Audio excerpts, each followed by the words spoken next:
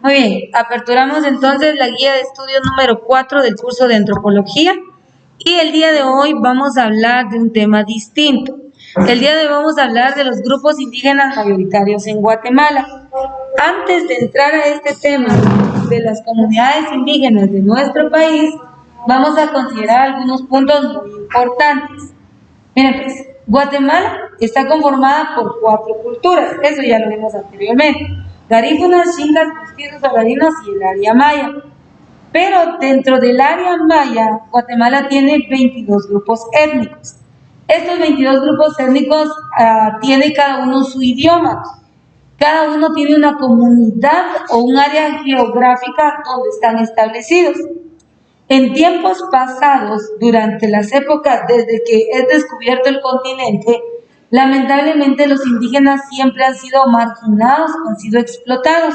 La historia nos cuenta muchas cosas, por ejemplo, de que cuando vinieron los colonos, ellos creyeron que estaban en las Indias y les dieron el calificativo de indios, no como un tema discriminatorio, sino porque ellos creían que estaban en las Indias. A uno de la India le dicen indio, con hindú, ¿verdad ustedes? Entonces, ellos creyeron que estaban en las Indias, pero hoy en día el término indio no se emplea para designar un lugar de origen, sino para un tema como de discriminación e incluso de insulto en nuestra cultura guatemalteca. ¿Sí o no? O sea, eso lo hemos escuchado, ¿verdad? A veces alguien le dice al otro, no seas indio. ¿Qué le está diciendo? No le está diciendo no seas de esa cultura, sino que lo está tratando de ofender, porque ahora ese término se emplea como más de ofensa. Entonces, las comunidades indígenas que han sido las atacadas, que han sido las vulnerables, que han sido las que han sufrido hasta cierto punto, las comunidades indígenas han sido explotadas, han sido abusadas en sus derechos, desde la historia pasada, ¿sí? Vienen los colonos, empieza el proceso de colonización, empiezan a estructurar una sociedad y el indígena fue explotado, fue abusado, fue obligado a realizar trabajos y no le pagaban. Tenía que realizar, ahí sí que hacer toda la mano de obra, pero no obtenía nada a cambio, entonces ha sido explotado.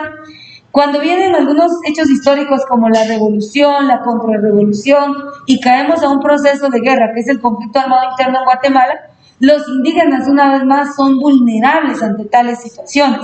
Están ubicados en las áreas rurales de nuestro país, por ende ellos son los que más han sufrido con estas condiciones. Lamentablemente es una realidad social. El problema es que en Guatemala hay mucha discriminación étnica y hay mucha discriminación racial, y le voy a explicar a qué se refiere. Antes, la humanidad fue dividida en razas humanas, blancos y negros, así, el tono de piel. Observemos nuestro tono de piel y si hoy esto aplicara, ¿a qué raza iríamos nosotros? ¿Creen ustedes que a la blanca o a la raza negra? Yo creo que me iría a la raza negra, ¿verdad ustedes? Y sé que por mi tono de piel, si aún eso aplicara, yo sería condenada a vivir en esclavitud, porque las razas, al dividirlas en blanco y negro, los negros eran los esclavos y los blancos eran los que gozaban de beneficios. Entonces es discriminación racial. Por ejemplo, si usted, que yo sé que no es así, pero es un ejemplo, si usted discrimina o margina a una persona por su apariencia física, que porque tiene los ojos chinos, que porque tiene los ojos muy redondos, que porque tiene los labios o las comisuras muy marcadas, que porque tiene mucha frente, que porque tiene el cabello así medio arrepentido, que porque es de estatura baja. Cuando usted margina a una persona por cuestiones de rasgos físicos, usted está cometiendo discriminación racial, ¿sí? Hay personas que, por ejemplo, a otros por ser muy morenitos les dicen negros, ¿verdad? Ustedes, eso pasa mucho con la gente de Livingston. Los negros de Livingston, ellos no son negros, porque negro es el color de mis zapatos, ¿verdad ustedes? Negro es el color del suéter de la compañera, pero negro, yo no he visto ninguna persona de color negro, ustedes sí. Yo no, jamás en la historia y en la vida yo he podido observar a una persona negra, pero el término negro se utiliza como para marcar, como para discriminar. Por una parte eso es discriminación racial. La discriminación étnica, por su parte, es cuando usted margina a una persona por sus costumbres, por sus tradiciones, por su creencia, por su ideología, por su folclore, cuando nos burlamos de una persona por portar un traje típico, cuando marginamos a alguien por dominar un idioma materno. Entonces ahí estamos cometiendo discriminación étnico. Hay gente incluso que margina a las personas por los apellidos.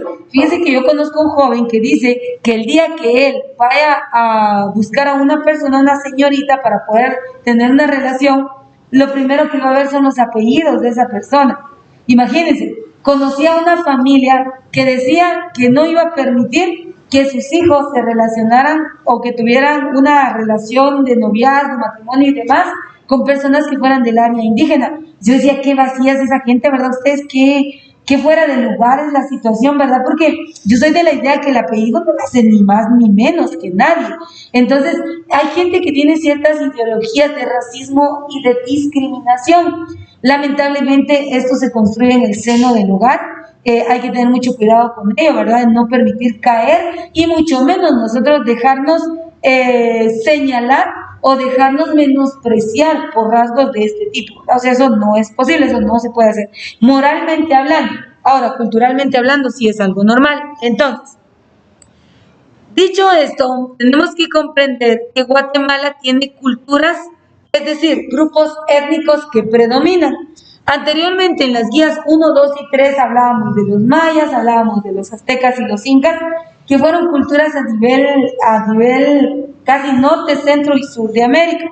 Estas culturas o civilizaciones fueron las grandes potencias, las que se lograron desarrollar en su máximo esplendor, pero estas también tuvieron otras culturas o otros grupos o comunidades internas. Así fue lo que pasó en Guatemala. Los mayas eran la gran civilización, pero entre la estructura de la cultura maya habían otras etnias. Hoy en día en Guatemala hay 22 grupos étnicos procedentes de la civilización maya, que es lo que nosotros vemos, pero de esos 22 sobresalen algunos. Tal es el caso, aquí los tenemos en lista para que ustedes los puedan ver. Sobresalen los cachiqueles, los quichés, los chutujiles, los ixiles y los mam. Son 5 grupos étnicos que sobresalen de los 22 que están distribuidos en todo el territorio nacional. La ley, cuando surge el proceso de conflicto armado interno en Guatemala, la ley quiso proteger, después de la firma de los acuerdos de paz, quiso proteger a las comunidades indígenas que habían sido marginadas y explotadas a través de la firma de los acuerdos de paz. Se firmaron 12 acuerdos que buscaban proteger a los indígenas. ¿Por qué? Porque durante la época, durante los procesos revolucionarios, las contrarrevoluciones, el conflicto armado interno, los que más sufrieron fueron los indígenas. Cuando se da el conflicto armado interno, la historia nos cuenta que los hombres tuvieron que salir y huir a las montañas, esconderse en las montañas. Mientras tanto, las mujeres y los niños se quedaron desamparados. Hubo abuso no solamente físico, sino sexual de las mujeres indígenas, abusadas y explotadas para poder mantener, cocinarles, prepararles ropa, tenerlos y atenderlos a los hombres que eran parte del ejército, de lo que era la representación militar, y las mujeres fueron abusadas. Muchas mujeres murieron en el afán de defenderse. Muchas mujeres fueron obligadas a hacer cosas que ellas no querían, aún sabiendo que estaban sus esposos escondidos y huyendo del ejército, porque o eran de la guerrilla o eran del ejército. Entonces, cuando se firman los acuerdos de paz, se da la protección a la mujer. Por eso usted ve que hay muchas ONG que defienden a las mujeres, y mayormente dentro del área indígena. Para no ir tan lejos, Rigoberta Menchú, a ella tuvo que meter una demanda porque a ella la trataron de india y la discriminaron, la trataron muy mal, cuando ella pues no había hecho nada malo. Entonces, hoy en día, la mujer indígena, si la mujer, en tema general, o sea, mujeres somos mujeres, si las mujeres somos discriminadas, somos marginadas y somos señaladas por la sociedad, es más cuando una mujer pertenece al área indígena por temas culturales, e incluso los mismos de su comunidad la van a señalar, la van a marginar. Yo he tenido casos de señoritas acá dentro del establecimiento que me han comentado que ellas están estudiando por el apoyo de una ONG, no por el apoyo de su familia, ya que su familia tiene la ideología que la mujer no debe estudiar, porque la mujer solo es para, bueno, tener hijos, cocinar, mantener la casa, y ahí se acabó el rol de una mujer dentro de la sociedad. Y no es así. La mujer tiene que cumplir con 3 roles. Mira pues, nosotras como mujeres tenemos que ser mujeres productivas, es decir, que hagamos algo, que trabajemos, que ofrezcamos un producto o un servicio de nuestras manos, producto de nuestras manos, de nuestra inteligencia y nuestra capacidad. Entonces debemos ser productivas. La sociedad nos demanda también que debemos ser reproductivas, es decir, que debemos procrear hijos, porque esa es la función de una mujer. O sea, Dios nos creó para eso, no le dio ese mérito y esa bendición a los hombres, pero usted solo a las mujeres. Pero también el rol y la sociedad nos lo demanda es que nosotros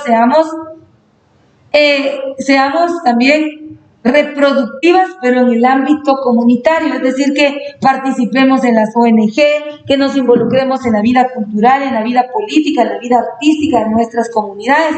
Entonces a nosotros las mujeres se nos demanda mucho, a diferencia de los hombres no cumplen el rol reproductivo, ¿verdad? Ustedes no se puede. Muchas veces hay hombres que no cumplen el rol de participación social. En cambio, a la mujer sí la sociedad nos margina y nos persigue, de tal modo que nosotros tengamos sí o sí que cumplir con esos 3 roles. Entonces, la sociedad va a exigir mucho, pero a través de esa exigencia va a explotar a la mujer. Por eso es que hay una serie de ONGs y el trabajo de estas es proteger a las mujeres, cuidar de que ya no se caiga a esos abusos que antes existieron, y mayormente si las mujeres son procedentes de comunidades indígenas, o sea, el nivel de protección va a ser mayor. Entonces, mire pues, dice, Guatemala es un país con una población pluriétnica, multilingüe y pluricultural. ¿A qué se refiere? Pluri, muchas etnias, multilingüe, muchos idiomas, y pluricultural, como hay diversidad de etnias, hay diversidad de costumbres, tradiciones,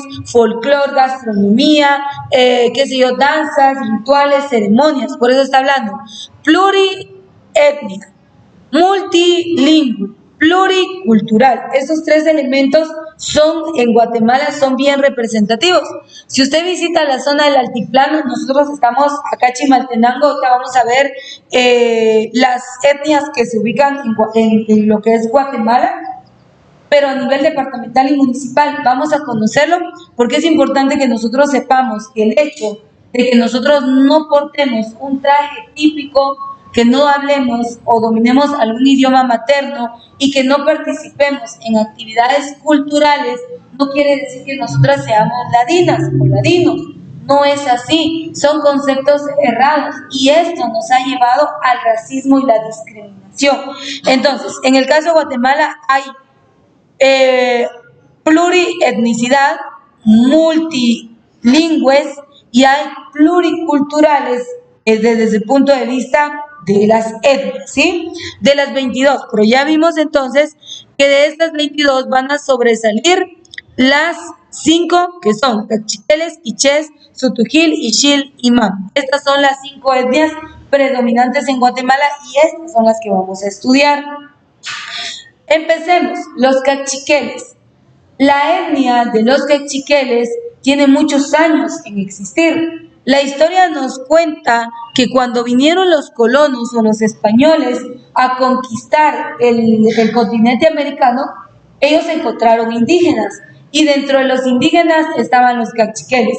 Dice la historia que ingresaron a Guatemala, llegando a Tecpan, Guatemala. Hoy en día sabemos que ahí están las ruinas de Izinché, y pues ahí estaba asentada la primer capital del reino cachiquel y del reino quiché. Había una lucha, según la historia, entre estas 2 etnias, de quién tomaba como el dominio o la posesión en esas tierras. Entonces, esto no es nada nuevo, o sea, esta no surgió después de la destrucción de la civilización maya, sino que estos ya se encontraban establecidos, cachiqueles. Los cachiqueles tienen una gran historia y se ocupaban la porción del territorio que se extendía desde el oeste del Valle de Guatemala hasta el lago de Atitlán y desde el río Motagua hasta la Boca Costa. O sea, la extensión territorial de los cachiqueles era bastante, es decir, que era un grupo mayoritario. ¿Por qué razón? Porque vean toda el área geográfica. Dice que ocupaban el oeste del Valle de Guatemala, hasta el lago de Atitlán y desde el río Motagua hasta la boca costa del territorio nacional. Entonces era una gran extensión territorial la que ocupaba la etnia de los quechiqueles.